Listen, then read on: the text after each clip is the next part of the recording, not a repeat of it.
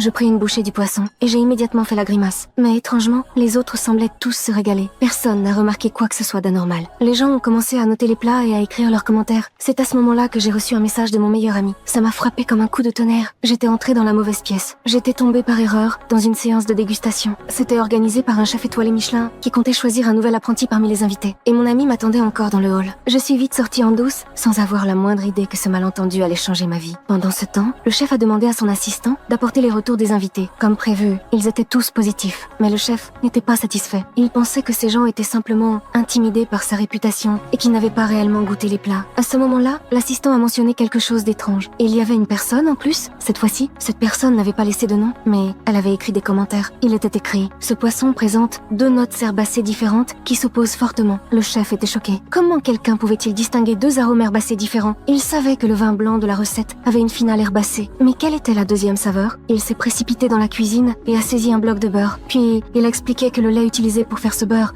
venait de vaches nourries à l'herbe. L'assistant le regardait simplement, complètement perdu. Le chef a immédiatement ordonné: trouvez cette fille, tout de suite. À ce moment-là, je venais de terminer mon service de femme de ménage à l'hôtel, complètement épuisée, et je m'étais endormie dans la chambre du chef. Quand l'assistant m'a trouvée, j'ai été renvoyée sur le champ. Après avoir perdu mon emploi, j'ai décidé d'aller manger quelque chose de bon pour me consoler. Et devinez quoi? Je suis retombée sur ce chef. Il a essayé de me réconforter, mais je me suis mise à crier contre lui. Après tout, j'avais perdu mon travail à cause de lui. Nous nous sommes disputés et j'ai encore évoqué ces 2 horribles saveurs herbacées. Le chef est resté figé. Il a compris que j'étais la personne qu'il cherchait. Il m'a rattrapée et m'a proposé $2000 par jour pour être son guide personnel. J'ai accepté sans réfléchir, sans savoir que c'était un test. Le lendemain, nous sommes partis en voiture ensemble. J'étais de bonne humeur et j'ai même commandé un café. Et sans que je m'en rende compte,